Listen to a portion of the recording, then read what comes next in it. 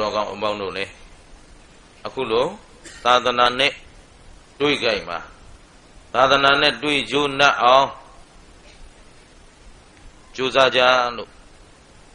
ရှေးဥစွာအားလုံးပဲလေးစားစွာနဲ့တိုက်တွန်းပါနော်အားလုံးအခုဘာနဲ့တွေ့နေလဲအားလုံးဟိုနောက်ထိ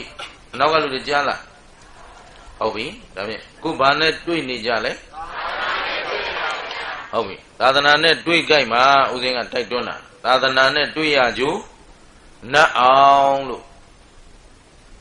ဘာလို့လို့ပြောသလဲမေးရင်အခုဗုဒ္ဓသာသနာတော်ကြီးကွယ်ပြီလားရှိသေးလားဟုတ်ပြီအဲ့ဒီသာသနာတော်ကြီးရှိနေတာကိုဒီနေ့ကဘာပေါ်မှာရှိတဲ့လူတွေအားလုံးအဲ့ဒီအဆုံးအမနဲ့တွေ့ကြသလားဒီနော်အဲ့ဒီကဘာပေါ်မှာကဘာကြီးနဲ့ရှင်ကြည့်ရင်ဇီးရွက်လောက်ကလေးရှိတဲ့မြန်မာနိုင်ငံမှာပဲအဲ့ဒီသာသနာထွန်းကားနေတယ်ဒါပေမဲ့အဲ့ဒီဇီးရွက်လောက်ထဲကသာသနာထွန်းကားရမြန်မာပြည်မှာကောတကယ်ဘုရားရဲ့အဆုံးအမကိုသိရှိသူလေ့လာသူကျင့်ကြံသူဘုရားအဆုံးအမကိုတကယ်ကျင့်ကြံတဲ့လူနဲ့မကျင့်ကြံတဲ့လူမြန်မာနိုင်ငံမှာဘယ်ရင်ကများလဲမသိတဲ့လူကများတယ်ဟုတ်ဘိတ်ဘက်ကဒကမာကြီးတယောက်ရှောက်တယ်ဟိုတော့လာတပည့်တော်တဲ့တသက်လုံးတငါလုံးစားလာတပည့်တော်မှာငါးဖမ်းတဲ့ဂါးကြီးတွေအစင်း20လောက်ရှိတယ်အဲ့ဒါကိုယ့်အနေကိုတော့ဟုတ်နေတာပဲတဲ့အရှင်ဘုရားတရားမနာခင်အထိကတော့အဲ့ဒီအလုပ်ကိုအာကုသို့အလုပ်လုပ်ကိုမသိတာဟောဘုရားဘယ်မှာမွေးရလဲလို့မေးတယ်အဲ့ဒီဘိတ်မှာပဲမွေးတယ်အဲ့ဘိတ်ကျုပ်ရောက်ဖူးပါတယ်တန်ဃာတွေလည်းအများကြီးရှိတယ်ဘုရားလည်းရှိတယ်တရားလည်းရှိတယ်ဒါမသိဘူးလားဆိုမသိဘူးဗျာတပည့်တော်ကိုလောဘနဲ့ကိုလုံးနေတယ်အခုရှင်ဘုရားတရားတွေနာရတော့မှဒါအိုးတကယ်ငါအာကုသို့လုပ်တယ်လှုပ်လာတာပါလားဆို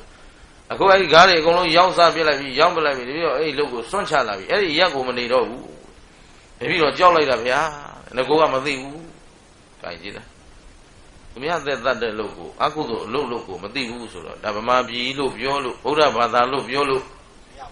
မရတော့အဲ့တော့အားလုံးဗုဒ္ဓဘာသာဆိုတာဘာခေါ်တာလဲ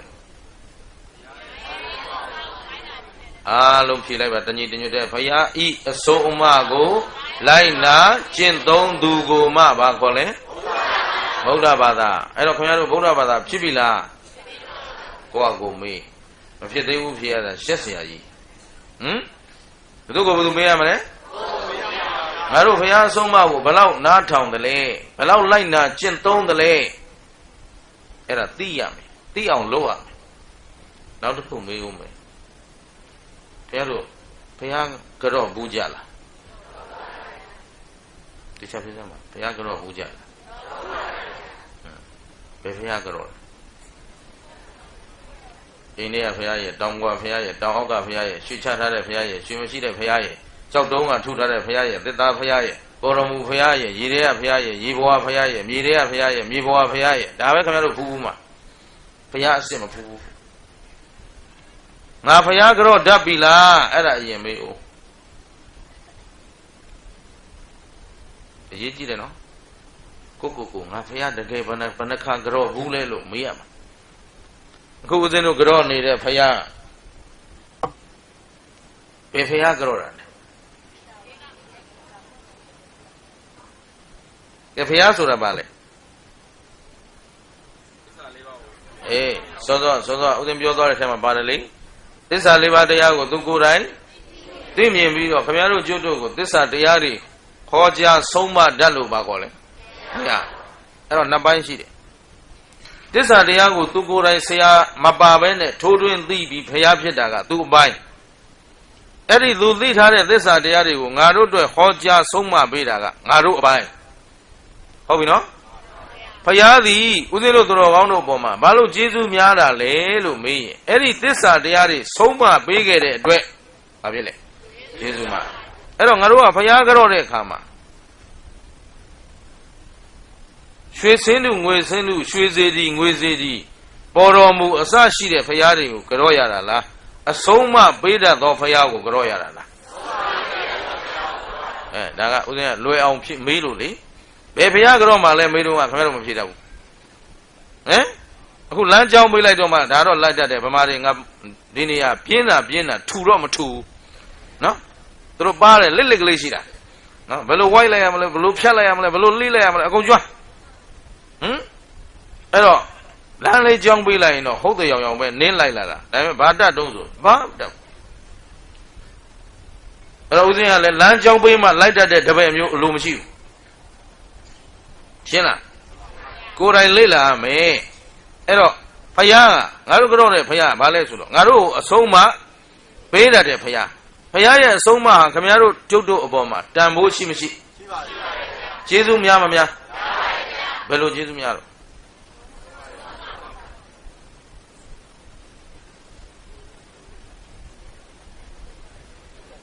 အားလုံးတရားနာခြင်းလို့လာပါတယ်သူကကြီးငါတို့ပြန်မေးနေတာပဲလို့ပြောလိုက်ဦးမယ်နော်မေးတယ်ဆိုတာစစ်ဆေးတာခင်ဗျားတို့ဘယ်အဆင့်ရှိမှမသိဘဲနဲ့ကျုပ်ကဘာဟောထားခဲ့လို့ရမလို့နော်ရမ်းပေးတတ်တဲ့လူတွေမှလည်းကျုပ်မပါဘူးပေးခြင်းဟာပေးပြီးပြန်သွားတဲ့ထဲမှာလည်းကျုံမပါဘူးခင်ဗျားတို့ဘယ်လောက်တတ်သလဲအရင်သိအောင်လုပ်အောင်ပါနော်အဲ့တော့ဦးဇင်းဖျားကြောပုံလေးပြောပြမယ်ကြိုက်ရင်ယူမကြိုက်ရင်သဘောပဲဖျားကိုဦးဇင်းကကျေးဇူးသိလိုက်တဲ့အချိန်ကလေးမှာကျေးဇူးသိတဲ့နေရာမှာတင်ကြောဒီရှမထဘယ်လိုလဲကျေးဇူးသိတဲ့အချိန်မှာကျေးဇူးသိတဲ့နေရာလေးမှာကြောလိုက်ဥမာအိမ်သားထဲမှာကုရီထဲမှာကုရီတက်နေရင်နဲ့ဘုရားကျေးဇူးကိုဂုံပေါ်လာတယ်ဆိုကြပါစို့ကုရီတက်တယ်ကျင်ကြီးကျင်ငယ်စွန့်ချလိုက်တယ်အဲ့ဒီကျင်ကြီးကျင်ငယ်တွေကဘယ်ထဲထွက်လာကိုယ်ခန္ဓာတွေကထွက်လာတာမလားကိုယ်ကိုယ်တိုင်ဒီနေရာတွင်ထိုင်ပြီးတော့ကိုယ်ခန္ဓာတွေကနေညှစ်ထုတ်ပြီးတော့မချလိုက်မွေးလိုက်တာဘယ်လိုနေတော့အမှန်တန်စောညစ်ပတ်နေတာမသိကြဘူးလားအိုးဒါကြောင့်မို့ဘုရားကဟောတာပဲဒီခန္ဓာကိုယ်ကြီးကသူ့ပါလားအတုပါလားအတုပါကြီးပဲတကယ်အပုတ်ကောင်ကြီးငါခန္ဓာဗိုက်ထဲခန္ဓာကိုယ်ရဲ့ဘ ਹੁ ချက်မှမှာလှောင်ထားတာကိုကမစင်ဘာများနှစ်သက်เสียရှိလို့လဲနှာခေါင်းကပိတ်နေတဲ့စမ်းကြည့်လိုက်တဲ့ထွက်လာတဲ့နှက်ချီအဲ့လိုကြည့်လိုက်တော့မှခန္ဓာကိုယ်ကြီးကနှစ်သက်เสียတတ်မဲ့เสียခင်တွယ်เสียမရှိပါလားဒါကြောင့်ဘုရားကဒုက္ခသစ္စာဟောတာပဲဆိုတော့ဒီအမြင်လေးလာတော့ကိုယ်ခန္ဓာကိုယ်ပေါ်မှာတာယာချင်းတတ်မဲ့ခြင်းတွေဘာဖြစ်လဲကင်းလာတယ်အဲ့ဒီလိုအချိန်လေးမှာဩဘုရားကုံကိုမြင်တော့အိမ်သာထဲတင်ထိုင်ရဲ့ဩခန္ဓာကြီးရတကယ်အတုပကြီးအပုတ်ကောင်တက်တက်ကြီးပါလားဒီခန္ဓာအတုပကြီးကိုရောအောင်မုံအောင်ညင်းငွေအောင်ဆုံးမတော်မူသောကျေးဇူးရှင်ဘုရားရှင်ကိုတော်မြတ်ကြီးအားရှိခိုးပါ၏အိမ်သာထဲတင်ကြောလိုက်အိမ်သားတဲ့နေဖျားကြတော့လို့ရပါမလားဟမ်အဆင်ပြေပါမလားအဂါရဝများဖြစ်နေမလားမသိဘူး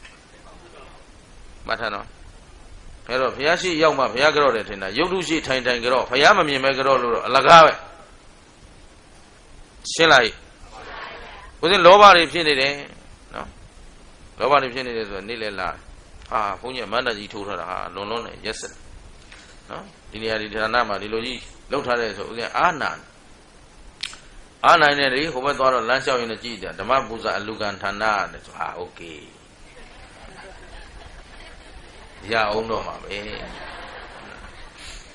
ဘာစိတ်တွေဖြစ်လာလောဘစိတ်တွေဖြစ်လာ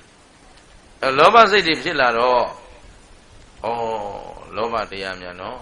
ယုတ်မာလိုက်တာ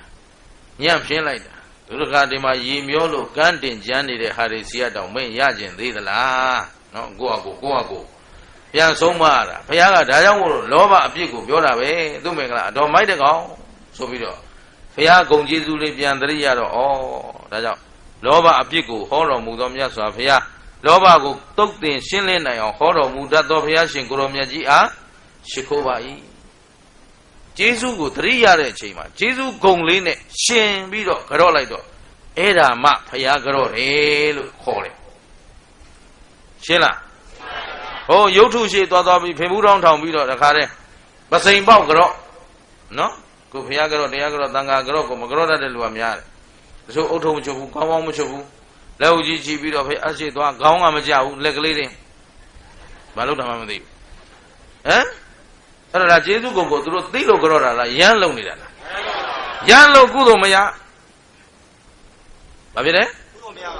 ရမ်းလို့ရင်ကုသိုလ်မရဘူးတန်ဖိုးမသိ အဲ့တော့ခေတ်ဆက်ဆက်တန်ဖိုးမသိခဲ့လို့ဒီနေ့တို့သာသနာဟာတဖြည်းဖြည်းဘာလို့လာ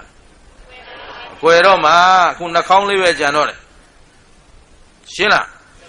အေးခင်ဗျားတို့ကဒီမှာဒုက္ခတွေမို့လို့တော်တော်နဲ့မပြောတာနိုင်ငံနဲ့အဝမ်းမှာတရားပွဲလုပ်ဖို့မလွယ်ဘူးအရက်ဆိုင်ဖွင့်ဖို့လွယ်ပါတယ်အမနာဟမ်ခုလည်းတကယ်ဆိုရင်ဒီနေရာတွေဟာကိုချင်းတရားဖောက်ဖျက်လို့မုတ်တိုင်းတန်ကိုခံခဲ့ရပြီအထပ်ပြီးဖောက်ဖျက်အောင်မယ်ဆိုရင်နောက်ထပ်မုတ်တိုင်းတွေကလည်းအစင်သင့်စောင့်နေတယ်ဒါပေမဲ့အရက်ဆိုင်ကအယောင်မပြတ်ဘူး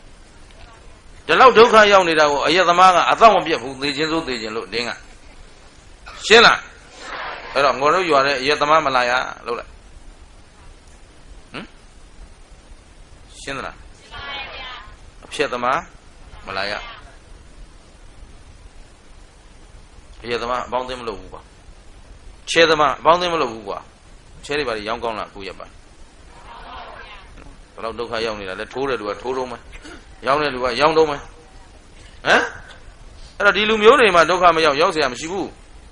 အခုပဲပြောတယ်နေ့လည်လည်းပြောတယ်မင်းတို့ကယ်ဆယ်ရေးကူညီရေးဆိုတာလေမုံတိုင်းမိတာအေယာဝတီတိုင်းမြန်မာတပြည်လုံးချွတ်ချုံကြသွားပြီဟမ်ရှိတယ်များအကုန်ချွတ်ပြီးခင်ဗျားတို့ကူညီလိုက်ကြရတာဟိုထက်ကဟာတွေရှိလို့မဟုတ်ဘူးဟုတ်ပါလားတခါဟိုဘုန်းကြီးကလာလူခံလိုက်ဒီဘုန်းကြီးကလာလူခံလိုက်ဟိုလူကအလူခံလိုက်ဒီလူကအလူခံလိုက်ဟိုလူမဟုတ်တဲ့လူတွေကအလူခံလိုက်ရှုံရှက်ကိုခတ်လို့ကုန်ပြီရှင်းလားနောက်တစ်ခါဝင်လာရင်တတိုင်းပြည်လုံးပက်လက်လာပြီးပါဇက်ဟာရင်ချောက်နေုံမှရှိတာဟုတ်ပြီနော်အဲ့တော့အားလုံးဒီတိုင်းပဲမသိလိုက်မသိပါသာနေသွားကြမလားကိုပြုပြင်ကြမလားငါဖျားဖူးတတ်ပြီလားဖျားကြော့တတ်ပြီလားအဲ့ဒါမေးဘယ်သူမေးရမလဲငါဒီသက်ဒီရွယ်ရောက်ပြီ50ရှိပြီ60ရှိပြီဖျားကိုငါကြော့ဘူးပြီလားလို့မေးလိုက်ဦးရှင်းသလားရုပ်ထုရှေ့ရောက်မှထိုင်ကြော့တာဖျားကြော့တာမဟုတ်ဘူးဟုတ်ပြီနော်ဘာုံပြင်ပြီးကြော့ရဖျားရဲ့ဂုံကျေးဇူးအမလေးဟဲ့ခုဒီပြောရတော့ဘာုံပြင်ကြော့မှာလဲဂုံကျေးဇူးဆိုတာစားရဲပါတဲ့ကျေးဇူးမဟုတ်ဘူးကိုယ်တိုင်ခံစားရတဲ့ကျေးဇူးရှင်းတယ်နော်ဒေါသဖြစ်နေတယ်ပူလောင်သလားအေးချမ်းသလားအဲ့ဒီပူလောင်မှုကိုဘုရားအဆုံးအမလေးနဲ့ကိုယ့်အကိုဆင်ခြင်ပြီးတော့ဒေါသဆိုတာမဖြစ်ကောင်းတဲ့တရားဒေါသဖြစ်ပြီဟေးဆိုရင်ဒေါသအဖြစ်ခံရတဲ့လူကရှုံးသလားဒေါသဖြစ်နေသူကရှုံးသလားကိုယ့်အကိုသတိထားဒေါသအဖြစ်ခံရတဲ့လူကဘာမှပြဿနာမရှိဘူးဒေါသဖြစ်နေသူကရှုံးနေပြီကိုယ်တိုင်ပူလောင်ခြင်းတချို့များဒေါသအဖြစ်လွန်ပြီးအုံနောက်သွေးကြောဖြတ်သေသွားတာတွေတပုံကြီးပဲရှင်းလားအဲ့တော့ဒေါသဖြစ်ခံရတဲ့လူကရှုံးတာလားဒေါသဖြစ်တဲ့လူကရှုံးတာလားအရင်ဆုံးပူလောင်တာငါပဲဒါကြောင့်ဘုရားရှင်ကိုယ်တော်မြတ်ကြီးကဒေါသအပြစ်ကိုပြတော်မူတာဒေါသကိုဖယ်ရှားဖို့ဟောကြားဆုံးမတော်မူတတ်တဲ့ဘုရားရှင်ကိုယ်တော်မြတ်ကြီးအားရှိခိုးပါ၏အဲ့ဒါကိုယ်တိုင်သိပြီးကြော့မှဘုရားကြော့တယ်လို့ခေါ်တယ်ရှင်းသလားဒီမှာမြောက်ကျောင်းဆရာတော်ကြီးကဟိုမှာလိုက်ပြတယ်ဦးဇင်းရောက်လာတယ်ဟိုမှာတပည့်တော်ဘုရားတည်နေတာဆိုတော့ဦးဇင်းကလည်းအခုမှကျောင်းတိုက်ကမြေလူထားတာဟောင်းလောင်းဒကမာကြီးတွေလာမေးတယ်ကျုပ်ကျောင်းရှင်ဘုရားတဲ့ဒီကျောင်းထဲမှာဘုရားတည်အောင်မလားလူတွေရဲ့အကျင့်ကိုသိတယ်သူတို့ကဘုရားတည်မှာဆိုရင်လှူခြင်းတယ်ဓမ္မယုံကြီးတစ်ခုလုံးဆောက်ကန္နာကုတိတိုက်ပဲလှူတဲ့လူရှိသလိုပေါ့နော်အဲ့တော့ကန္နာကုတိတိုက်ကြီးတစ်ခုတည်းနဲ့တင်တရားဟောလို့ရမလားတရားထိုင်လို့ရမလားဘာလို့ဆိုတော့အဲ့ဒီကြီးကျယ်တဲ့ပြည့်မြတ်တဲ့လူတကာကြော့ခံရမယ်ဆိုတဲ့နေရာမျိုးမှာလှူခြင်းကြတာဟုတ်အဲ့တော့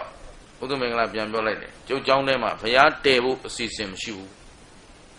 ဘာပြီးမှဘုရားတွေများလာပြီလို့ဆုံးမရကြရှာဘူးဟုတ်ပြီနော်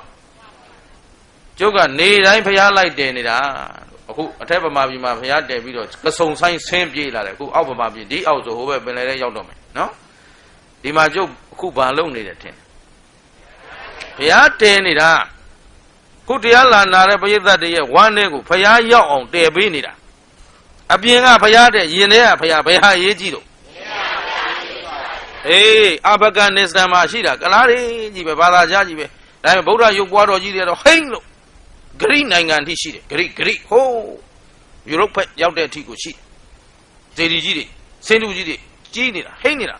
ဒါပေမဲ့အဲ့ဒီမှာဗုဒ္ဓဘာသာတယောက်မှမရှိတော့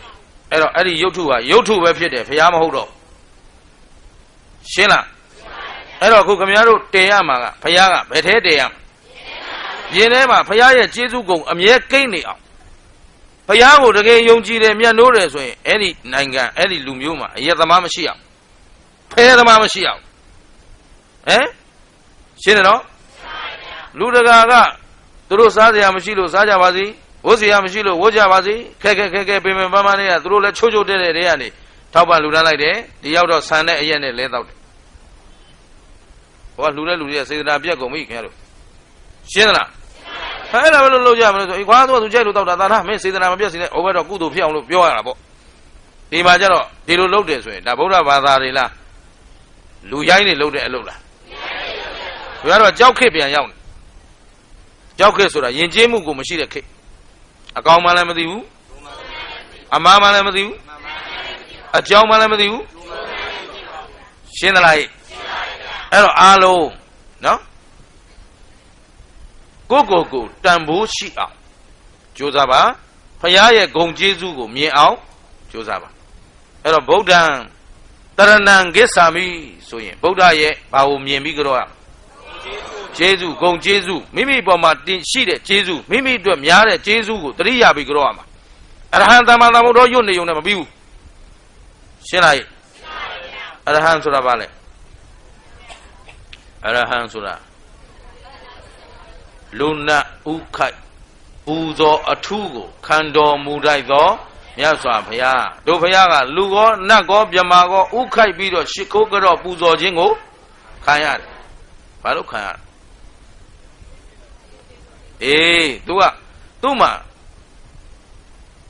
ဆင်းရဲစေတတ်သောပူလောင်စေတတ်သောလောင်မြိုက်တတ်သော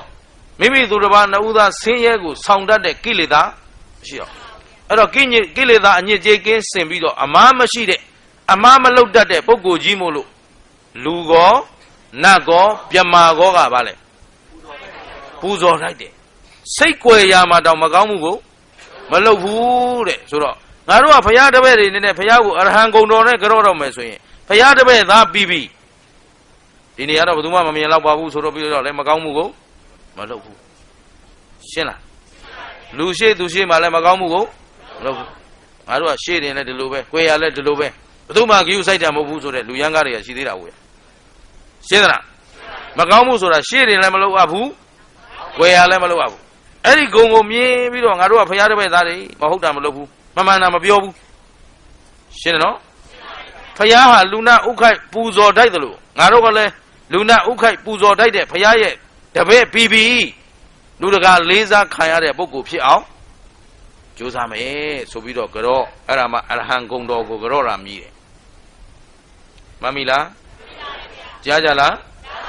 အရဟံလို့ကြောတော့မယ်ဆိုရင်ကိုယ်တိုင်လဲပူဇော်တိုက်အောင်ကိုလေးကြည်ညိုတိုက်အောင်အဓိကကိုလေးစားဖို့အဓိကပါလဲလေးစားဖို့ဆိုတာဒီမှာအစင်တန်းနဲ့ပြောတော့မယ်လောကကိုပျက်စီးရပျက်စီးကြောင်းဖျက်ဆီးတတ်တဲ့လူတွေဟာဘယ်လိုလူတွေဖျက်ဆီးတတ်ဟုတ်ပြီဒီလောက်ထွက်လာရင်ကျင်းတတ်တယ်လူမိုက်လူရန်ကတနည်းအားဖြင့်အစင်အတန်းမရှိတဲ့အကျင့်ပြက်အမျိုးတွေကသာလောကကိုမလုပ်လဲဖျက်ဆီးတယ်အစင်တန်းရှိသူကဖျက်ဆီးရဖျက်ဆီးကြောင်းအလုပ်ကိုလုံးမလားကိုတန်ဖိုးထားရင်အဖြစ်သမားမဖြစ်စေနဲ့ဘာလဲကိုအဖြစ်သမားမဖြစ်စေနဲ့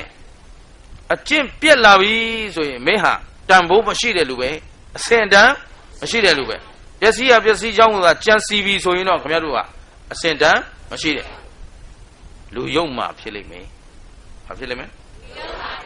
လူယုံမှဖြစ်တာကိုတယောက်တည်းဖြစ်တာအရေးမကြီးဘူးသာသမီမကောင်းရင်တပည့်မကောင်းရင်ခင်ဗျားတို့ယုံမှလိုက်တာနဲ့ခင်ဗျားတို့အမေဖေလည်းလူယုံမှလည်းပါသွားမယ်အဖိုးဖွားလည်းလူယုံမှဆရာသမားလည်းရှင်းလားအဲ့တော့ကိုအကျင့်ပြက်တဲ့ထဲမပါစေနဲ့ကျင်ရကြလားဘယ်ထဲမပါစေနဲ့မပါစေနဲ့အဲ့တော့ဒီတရားကိုခင်ဗျားတို့ကောင်းစဉ်ပေးခဲ့မယ်အဖြစ်သမားမလာရပါတယ်လေ အိမ်ဘောက်ဝမှာရေးထားဘယ်မှာရေးထားမလဲရေးပြီးကိုမှန်တယ်ပြန်ကြည့်မင်းဟာလောဘကြီးတယ်လူလားနော်လောဘကြီးရင်ဒီလူဘာဖြစ်မလဲအဖြစ်သမားအိမ်ထဲမဝင်နဲ့ဟုတ်ပြီနော်အိမ်ဘောက်ဝမှာရေးထားဘာမလာရအိမ်တိုင်းရေးထားအပေါက်ဝါတိုင်းမှာစာချိတ်ထားနော်ဝင်ကန်နေတဲ့အဲ့ဒီစာကိုကြည့်ကိုပြန်စဉ်းစားငါဒေါသကြီးတဲ့လူလားဒေါသကြီးရင်လောကကြီးကိုဘာလို့မဖြည့်စည်းတော့မှကိုလည်းဖြည့်စည်းမယ်သူတစ်ပါးကိုလည်းဖြည့်စည်းမယ်ဒေါသကြီးတဲ့ဆိုကိုယ်တိုင်အိမ်ထဲမဝင်နဲ့အပြင်မှာသာအိတ်တော့ရှင်းလားသဘောပေါက်သလားငါဟာမောဟကြီးသူလားဘသူမေးမလဲမောဟကြီးရင်ဖြစ်သမားပဲရှင်းတယ်နော်မောဟကြီးရင်အခုမကောင်းမှုလုပ်ကြတယ်ဆိုတာသိလို့လုပ်တာလားမသိလို့လုပ်တာလားမသိတာမောဟပဲရှင်းသလားဟိအဲ့တော့အရဟံပြီးရင်သမ္မာသမ္ဗုဒ္ဓဆိုတာလောကမှာသိတိုက်တဲ့တရားမှန်သမျှကိုသိလို့သမ္မာသမ္ဗုဒ္ဓရှင်းလားဗါလဲသိတိုက်သိအပ်တဲ့တရားမှန်သမျှကိုအကုန်သိလို့သမ္မာသမ္ဗုဒ္ဓအဲ့တော့ဘုရားကအလုံးစုံသိတော်မူသောဘုရားရှင်ရဲ့တပည့်ဆိုရင်ငါတို့ကလည်းသိလိုက်တာမှန်သမျှသိအောင်လုပ်နေမှဘုရားတပည့်ရှင်းသလားအဲ့တော့မသိလိုက်မသိပါလားနေရင်ဒါဘုရားတပည့်သာဖြစ်မလားအဲ့တော့သိအောင်လုပ်ရမယ်ရှင်းကြလားဘယ်လိုလုပ်ရမလဲသိအောင်လုပ်ရမယ်မသိအောင်နေရင်ဒီပုဂ္ဂိုလ်ကအဖြစ်သမားရှင်းလားအကောင်းအဆိုးလဲအကြောင်းအကျိုးလဲအမှားမှလဲကျင်းရတယ်နော်လာမယ်နောက်တစ်ခုဝိဇ္ဇာစရဏသံပန္နောမပြောဘူးလားအဲ့တော့အရဟံသမ္မာသမ္ဗုဒ္ဓောဝိဇ္ဇာစရဏသံပန္နောဂုဏ်တော်လေးတွေကြည့်ရမယ်အဲ့တော့ဝိဇ္ဇာဆိုတာအသိတရားဝိဇ္ဇာဆိုတာစရဏဆိုတာကအကျင့်တရားဝိဇ္ဇာဆိုတာကစရဏဆိုတာကစောကဘိက္ခဒကမကြီးပြောသလိုတပည့်တော်အကုသိုလ်မှမသိတော့ကလုံနေတာအခုအကုသိုလ်ပဲဆိုတာသိလာပြီတပည့်တော်တို့ကုသိုလ်မရပါလားတကယ်တော့လူဖြစ်ရှုံးနေတာပဲဟာငါတို့ကပတ်စံနေတာရှိတာလူမဖြစ်ပါလားဆိုပြီးတော့ဂါးတွေအကုန်ရောက်နေပြီးတော့အဲ့ဒီအကုသိုလ်လုပ်ကိုစွန့်ပြီးတော့သမာအာဇီဝအလုပ်ပဲလုပ်တော့မယ်လို့သူတို့ဆုံးဖြတ်ပြီးပြုပြင်ပလိုက်တယ်ဟောပထမအကုသိုလ်အလုံးမှတိလာတယ်ဝိဇ္ဇာ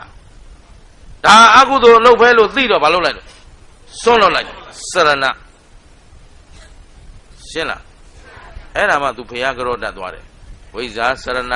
သံပန္နောအသိနဲ့အကျင့်ပြည့်စုံတော်မူသောမြတ်စွာဘုရားဆိုတော့သူ့ကြောတော့မယ်ဆိုငါတို့ကိုယ်တိုင်လည်းအသိလည်းပြည့်စုံရမယ်ကျင့်လည်းပြည့်စုံရမပြည့်စုံသေးတော့မှသိအောင်လုပ်နေသူဖြစ်ရမယ်ဟုတ်ပြီနော်ဘာလုပ်နေသူသိအောင်လုပ်နေတယ်အသိတရားနဲ့ပြည့်စုံတဲ့အရှင်ဘုရားကြီးဘုရားတပည့်တော်သိအောင်ကြိုးစားရင်းနဲ့ကြော့နေတယ်ဆိုရင်ဒါဘုရားကြောတာမှန်တယ်ကျင့်ရသလားဘာတစ်ခုမှသိအောင်မလုပ်ဘဲနဲ့ဖေမှုတောင်းတောင်ကြော့နေရင်ဒါဘုရားကြောတယ်လို့ပြောလို့ရမလားသိသလောက်နဲ့လဲဘာလုပ်ရမလဲကျင့်ရသိသလောက်ကိုလဲအဲ့တော့အဲ့ဒီအကျင့်မြတ်နဲ့ဘုရားကိုကြော့မှဒါဘာကြော့တယ်ခေါ်တယ်ဘုရားကြော့တာမင်းတို့ဘုရားကြော့ဘူးပြီလားဆိုတာကိုယ့်အကူမေးပါရှင်းလားအဲ့တော့အဲ့လိုမှမလုပ်ဘူးရင်သာသနာပြုသူဖြစ်မလားဖျက်ဆီးသူဖြစ်မလားတစားငါတို့သာသနာဟာလေခေတ်အဆက်ပျက်စီးလာလိုက်တာအညာကကျွေအမြစ်ကပုတ်တို့သာသနာအမြစ်ကြီးကဘာနဲ့တူတယ်လဲဆိုတော့ရှင်းတော့ကဘယင်တစ်ပါးဟုတ်ပြောမဲ့ဟာလေးမရောက်မှဆိုလို့နော်ဘယင်တစ်ပါးကမြင့်ညာကမျောလာတဲ့သေရသေးကြီးတစ်လုံးရတော့အဲ့ဒီသေရသေးကြီးကိုစားလိုက်တော့အမတန်ချိုးမြိန်နဲ့အမြတ်အရသာနဲ့ပြည့်စုံတဲ့အမတန်တန်မိုးရှိတဲ့အသီးပဲဆိုပြီးကြနသူ့နန်းတော်ထဲမှာစိုက်တာစိုက်တော့ဒီသေရပင်ကြီးတစားကြီးထွားလာအသီးတွေပါတွေသီးလာတော့သူကဘယ်လောက်ထိများဒီသေရသီးအစွမ်းထက်သွားတယ်လဲဆိုတော့ဘေးနိုင်ငံတွေချစ်ကြည်ရေးတခြားသောတိုင်းတစ်ပါးမင်းတွေကိုသူကသေရသီးတောင်မှလက်ဆောင်ပေးပြီးတော့ချစ်ကြည်ရေးလုပ်နိုင်တဲ့အဆင့်ကိုရောက်လာအဲ့တော့သေရပင်ကြီးကချိုးလိုက်တာရှင်ဘုရင်လည်းစားတိုင်းသူပြည်သားတွေလည်းစားအမတန်မှချုံမြိန်နေဆိုတော့အမတန်နာမကြီးတဲ့သေရပင်ပေါ့အဲ့တော့တပါးသောတိုင်းတွေကိုသူကဒီသေရသီးကိုလက်ဆောင်ဖြစ်ပေးတဲ့အခါမှာတခြားတိုင်းမှာစိုက်လို့မရအောင်သူကမျိုးစေ့ကိုတတ်ပြီးပေးလိုက်ဘာလို့လဲမျိုးကိုဖြတ်ပြီးမှပို့တယ် ဆိုတော့ကျွန်တော်တိုင်းပြည်တွေကဒါတရားသီးပြန်စိုက်လို့မရတော့တိုင်းပြည်တပြည်ကမကျေနပ်တာနဲ့ဝိုင်းပြီးစီစဉ်ကြတယ်ဒီနိုင်ငံကလည်းအင်အားကြီးတယ်သွားတိုက်လို့မဖြစ်ဘူးအဲ့တော့သူတို့တရက်ပင်ကိုဖြက်စီးအောင်ဥယျာဉ်မှုတယောက်ခေါ်ပြီးမင်းတတ်နိုင်သလားမေးလိုက်တတ်နိုင်ပါတယ်ကျွန်တော်လုပ်နိုင်တယ်နော်လောကမှာတော့ပြုတတ်သူနဲ့ဖြက်တတ်သူဘယ်တင်းကများလဲအေးပြုစုသူကနည်းနည်းလေးရှိနော်အခုသာသနာပြုနေသူနဲ့ဖြက်နေသူဟမ်ဖြက်နေသူကများတယ်ဖြက်တာလည်းဘလို့ဖြက်ခံနေရလဲလာမယ်ဒီတရက်သီးလေးပြီးသွားရင်ပြီးမှာပါနော်အဲ့တော့ဥယျာဉ်မှုတယောက်ကနိုင်ငံတနိုင်ငံကဥယျာဉ်မှုတယောက်ကတာဝန်ယူလိုက်တယ်လွယ်ပါတယ်ကျွန်တော်တာဝန်ထားပါအဲ့ဒါပြသွားလှုပ်ချီလို့ပြောလိုက်တော့အဲ့ဒီဥယျာဉ်မှုကအဲ့ဒီခုနကဘာသာနဲ့တီပေါ့လေတရက်ပြီးသီးရထားတဲ့မင်းကြီးရဲ့ဥယျာဉ်တွေကိုရောက်အောင်သွားတယ်မင်းကြီးစီမှာအလုပ်ရအောင်ပေါ့လေနီးမျိုးစုံနဲ့သူစူးစမ်းတော့ဥယျာဉ်မှုအလုပ်ကိုရတယ်တွဲပဲဥယျာဉ်မှုပေါ့လေလက်ရှိတရက်ပင်ကိုစောက်ရှောက်နေတဲ့ဥယျာဉ်မှုနေရာမှာအကူဥယျာဉ်မှုအနေနဲ့ခံထားရတယ်အဲ့တော့သူကသတိပန်းတစ်ပင်ပန်းမှာစိုက်ပျိုးမှုမှာကျွမ်းကျင်တော့အရင်ပုဂ္ဂိုလ်တဲ့သူကပို့ပြီးစိုက်ပြတယ်ပို့ပြီးအလုပ်လုပ်ပြတော့အရင်ပုဂ္ဂိုလ်အလုပ်ပြုတ်သူအလုပ်ရပေါ့အဲ့တော့သူယာရူးရပြီဆိုတာနဲ့ဘာလုပ်လို့လဲဆိုတော့တရက်ပင်ပတ်ပတ်လဲမှာတရက်ပင်ကိုဓာတ်နဲ့လည်းမခုတ်ဘူးလွှတ်နဲ့လည်းမဖြတ်ဘူးသူဘာလုပ်လိုက်လဲဆိုတရက်ပင်ပတ်လဲမှာကျဲဟင်းကားပင်တို့ဓမ္မာပင်တို့ဝေတောက်ပင်တို့အကုန်ပတ်လဲလိုက်ဆိုင်ဟုတ်ပြီနော်တရက်ပင်ပတ်လဲဘာတွေဆိုင်ကျဲဟင်းကားပင်ဝေတောက်ပင်ဓမ္မာပင်ခါးပေဆိုတဲ့အပင်တွေပေါ့ဗျာခင်ဗျားတို့သိသမျှအကုန်သာပတ်ဆိုင်တော့တရက်ပင်အောက်ကအမြစ်တွေဟာဝေတောက်ပင်မြစ်နဲ့လည်းရှက်ကုန်တယ်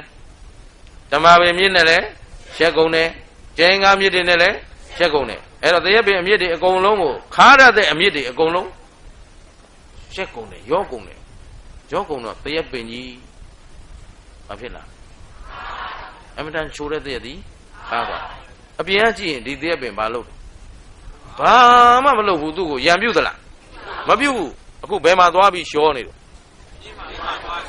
အဲ့တော့ဒီတရက်အပင်ကျွမ်းကျင်တဲ့ပုဂ္ဂိုလ်ကတရက်သီးကိုစားကြည့်လိုက်တယ်သူကဒီနေ့သီးလာတဲ့အသီးကိုစားကြည့်လိုက်တော့ဘေးကခွေးတော့ပင်နေဓမ္မပင်နေလည်းကြီးပွားနေပြီစီပင်နေပြီဆိုတော့ဒါတော့ဆိုရင်โอเคလောက်ပြီဆိုပြီးတော့စားကြည့်လိုက်တော့တရက်သီးခါပြီဆိုတာနဲ့ဟိုပုဂ္ဂိုလ်ကပြေးပြီသူ့လောက်တောင်းပြီးသွားပြီဆိုတော့အလုံးစဉ်းစားကြည့်တရက်သီးဘာလို့ခါသွားလဲခါရတဲ့အမြင့်တွေနဲ့ရော့ရှက်သွားလို့အပင်ကြီးခုတ်လိုက်လို့လားဒီအပင်ကြီးကိုအပေါ်ကနေပြီးတော့ပြုတ်ပြင်ဆေးလောင်းလိုက်လို့လားဘယ်မှာဝင်ရှုပ်သွားလဲအခုလည်းခင်ဗျားတို့ဗမာပြည်ဗုဒ္ဓသာသနာကအမြင့်ကလေးကရှုပ်နေတာရှင်းလားသူကသူဘုရားဆုံးမကံကံရဲ့အကျိုးဗါလေကောင်းတာလုပ်ရင်ကောင်းကျိုးပေးတယ်လို့ကောင်းတာလုပ်ရင်မကောင်းတာလုပ်ရင်စက်ကိုအာနာလို့စက်ကမနိုင်လို့မအော်တာအဲ့တော့ကျုံမအော်ရင်ခင်ဗျားတို့ကလည်းမအော်ဘူးတရားနာလာပြီးမှဗျာနော်အပြင်းဖြေသလိုလုပ်ပြီးပြန်မသွားကြပါနဲ့အော်စမ်းမှာကောင်းတာလုပ်ရင်မကောင်းတာလုပ်ရင်ကံကံရဲ့အကျိုးတူသောအကျိုးဒါဘုရားဟောထားတာလမ်းကအမှန်ဆုံးမပြီးသားအဲ့တော့ဘယ်သူမပြုဘယ်သူကိုဘယ်သူအားကိုးရမှာဒီလောက်အရင်ကြတဲ့အဆုံးအမတွေရှိရတဲ့ဟိုဘာမဟုတ်တဲ့ဘိုးတော်အာကိုဓာတ်အာကိုနတ်အာကိုဟမ်မနေ့လည်းပင်လည်းလာတယ်ဥရှင်ကြီးကန်ချတဲ့အကြောင်းကြီးပြောချလာနော်အဆက်လေးသမားဘုန်းကြီးဖြစ်ပါမလားတဲ့မင်းလေကောင်းရင်ဖြစ်တယ်ဘာမှငါလာပြောမနေနဲ့လေမကောင်းတော့နင့်မှာပေါ့ဟမ်သဘောပါသလားအဲ့ဒါတလွဲအာကိုပြီးရေနစ်တဲ့ကောင်နဲ့ရေလန်းနဲ့အာကိုရင်အာကိုနေတာဟုတ်ခင်ဗျားတို့ကရှင်းတယ်နော်အဲ့ဒါလာသေးတယ်ဓာတ်ကြောင်ကြောင်နတ်ကြောင်ကြောင်နေအဲ့ဒီဘုန်းကြီးတွေအဲ့လိုလျှောက်ပြောလို့မုံတိုင်းလာတာဟာလေဟမ်ဟာအဲ့လောက်များစွမ်းနေရင်ကွာအဲ့ဒီကောင်ငါဆွဲခေါ်ထားလိုက်ချင်ပါသေးတယ်ခင်ဗျားတို့ပူဇော်နှစ်တိုင်းပူဇော်ပါသနေတာပဲဒီတစ်နှစ်စော်ကားလိုက်တာနဲ့ဒီမုံတိုင်းလာတယ်ဆိုတော့အရင်ပူဇော်ထားတဲ့အကျွေးတွေပဲမလဲလို့မေးလိုက်ရှင်းလားခွဲပါသားလာစမ်းလို့ဟမ်အရင်ကတော့ပူဇော်ထားတာတွေပဲမလဲလို့သဘောပါသလားကားနိုင်သလားမခံနိုင်ဘူးအကြောင်းအကျိုးအန္တရာယ်မကင်းဘေးမရှင်းတာသီလမကောင်းလို့ဘယ်သူနဲ့မှမဆိုင်ဘူးရှင်းသလားသိစင်ကြယ်တဲ့တရားတွေရှိရတဲ့အမြင့်မှာဝင်ရောထားတယ်အဲ့ဒီဘိုးတော်ဘွားတော်ဘိုးဘွားအောင်ဘိုးဘင်းကောင်သာသနာပြက်အမြင့်ကဝင်ဖြစ်တယ်ဟုတ်ပြီလားဘယ်ကဝင်ဖြစ်တယ်အဲ့ဒီ38မင်းဆိုတဲ့ယူကြောင်ကြောင်ကောင်းတွေသာသနာပြက်တဲ့နတ်ကတော်တွေပါလားအဲသာသနာပြက်တွေပဲနော်မုံတိုင်းနဲ့ပါသွားတော့ပါပြီ ဘောပါသလားအဲ့ဒါဘာလုပ်နေတဲ့လူတွေလဲသာသနာဖြတ်နေတာအမြင့်ကနေရောဖြတ်တာသူတို့ကသာသနာခုလုံးလုပ်တာနတ်ကတော်ကလည်းပါဇက်ဖျားမချဘူးသာသနာပြုနေတာတဲ့ပြီးတော့သူကအဖြတ်လုံကအကြီးစားရှင်းလားခင်ဗျားတို့ကဟိုဘာသာကျမွတ်စလင်တို့ခရစ်ယာန်တို့မှသာသနာပြတ်ထင်နေတာခင်ဗျားတို့အမြင့်ပုတ်နေပြီရှင်းလားသဘောကျသလားအဲ့တော့ဒီသေးရပင်ကြီးဒီလိုဖြစ်သွားတယ်ဆိုရှင်ပြန်သွားပြောဟာဘာဖြစ်လို့လဲဆိုပညာရှင်တွေနဲ့လာကြည့်ခါနေပြီဆိုတော့ပတ်ဝန်းကျင်ကြည့်တော့ဘယ်မလို့ဥယျာဉ်မှုဆိုဥယျာဉ်မှုကမရှိတော့ဘူးဟာဒါဆိုငါတို့လောက်ကြံခံရပြီဆိုတော့သေးရပင်ပတ်ပတ်လဲကြည့်လိုက်တော့ပတ်ပတ်လဲမှာပါတယ်လို့ခါရတဲ့အပင်လေးကြီးပဲဆိုတော့ပညာရှိတဲ့ဥယျာဉ်မှုအရင်ဥယျာဉ်မှုဟောင်းကဩရှင်မင်းကြီးကယုံလွယ်တကူအခုတော့သွားပြီဟာဒါဖြစ်ဒါလုံးလို့မရဘူးလားရပါတယ်ဘယ်လိုလုပ်မလဲအဲ့ဒီခါတဲ့အပင်တွေအကုန်လုံးခုတ်ပလိုက်သူတို့အမြင့်တွေအလုံးမလုံးနိုင်အောင်လုပ်ပြီးတော့မှဒီချိုရတ်တဲ့အပင်ကိုချိုစေတတ်တဲ့တကာရည်တွေလောင်းနော်နွားတို့နှစ်တွေလောင်း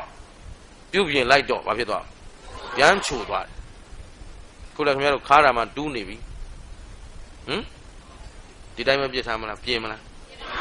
ပြင်ဘယ်ကစပြင်မှာအမြင့်ကစပြင်မှာခင်ဗျားတို့မကောင်းတာအမြင့်ကစမကောင်းတာရှင်းသလားအဲ့ဒါကြောင့်ဝိဇ္ဇာစရဏအသိနဲ့အကျင့်ပြည့်စုံအောင်လုပ်ရ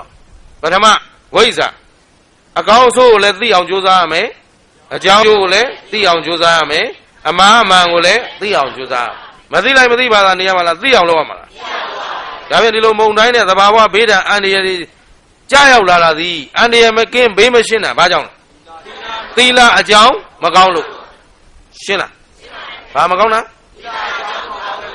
ခုကိုရီးယားကားတွေအကြည့်ကောင်းကြတာအမျိုးသမီးတွေလည်းမလုံးမချုံဖြစ်ကုန်ဟမ်လုံခြုံနဲ့ယဉ်ကျေးတဲ့အဆင့်တန်းကိုရောက်အောင်ခြိတက်လာရတာနှစ်ပေါင်းများစွာအခုမှသူတို့ကြောက်ခက်ပြန်ရောက်သွားတယ်ဟမ်ကြောက်ခက်ကလုံခြုံမဝတ်တတ်ဘူး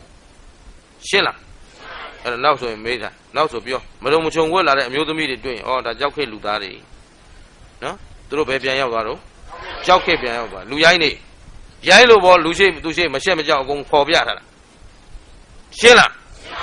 ဖယ်လိုက်ခင်ဗျားတို့အဲ့ဒါပယ်နိုင်အောင်ကြိုးစားအမြင့်ကနေစရှင်းရှင်းသလားအတုယူသင့်တာကိုမယူဘူးအတုမယူသင့်တာယူနေတယ်ငကိုကမှပြက်နေတဲ့မြန်မာနိုင်ငံရှင်းတယ်နော်ပြက်တဲ့ပြက်အောင်ဖျက်ကြမလားကောင်းအောင်ကြိုးစားမလားဘယ်သူတွေပေါ်မှာမူတည်လဲဒါကြောင့်ကိုယ်စိတ်ထဲမှာဖျက်ဆီးတတ်တဲ့တရားတွေဖယ်ရှားနိုင်အောင်ကြိုးစားရမယ်ဟုတ်ပလားဒီတိုင်းနေရမလားကြိုးစားယူရမလားအားလုံးကိုဦးဇင်းကမေတ္တာရက်ခံပါတယ်ဟိုးအဝေးကြီးကနေအပန်းတကြီးနဲ့ခင်ဗျားတို့လာပြီးလာတာအကူကြီးလာတောင်းတာပါဦးဇင်းတို့တယောက်တည်းဘာမှမဆွမ်းနိုင်ပါဘူးအဲ့တော့သူတော်ကောင်းတို့ကမိမိမျိုးဘာသာသာသနာမပြောက်ပြက်အောင်ဝိုင်းဝန်းစောင့်ရှောက်ထိမ့်သိမ့်ပေးပါလို့ဦးဇင်းကမေတ္တာရက်ခံပါတယ်ဟုတ်ပလားအားလုံးကြိုးစားပေးမလားဗျာကြိုးစားကြကဲကြပါဦးနော်သာသနာကွယ်ပါတော့မယ်ရှင်းသလားသဘောပေါက်သလားအဲ့တော့မသိလိုက်မသိပါသာနေရမလားသိအောင်ကြိုးစားမှာသိတဲ့အတိုင်းလဲရှင်းရမယ်သိတဲ့အတိုင်းလဲအဲ့တော့ရမ်းလုံးနေရမလားသိအောင်လုပ်ရမှာလားအကောင်းဆုံးပိုင်းခြားသိနိုင်အောင်ကြိုးစားမှာအားလုံးတကြီးလည်းပြောသားမှာ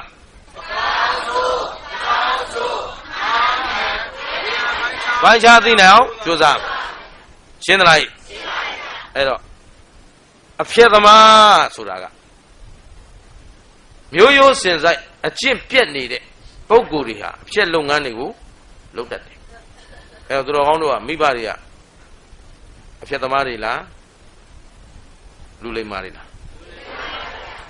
ကိုမိဘတွေကိုအဖြစ်သမားအဖြစ်ခံမလားအကျင့်ပြက်အဖြစ်ခံမလားအေးဘုရားကဘသူကိုဘသူအားကိုးရမှာ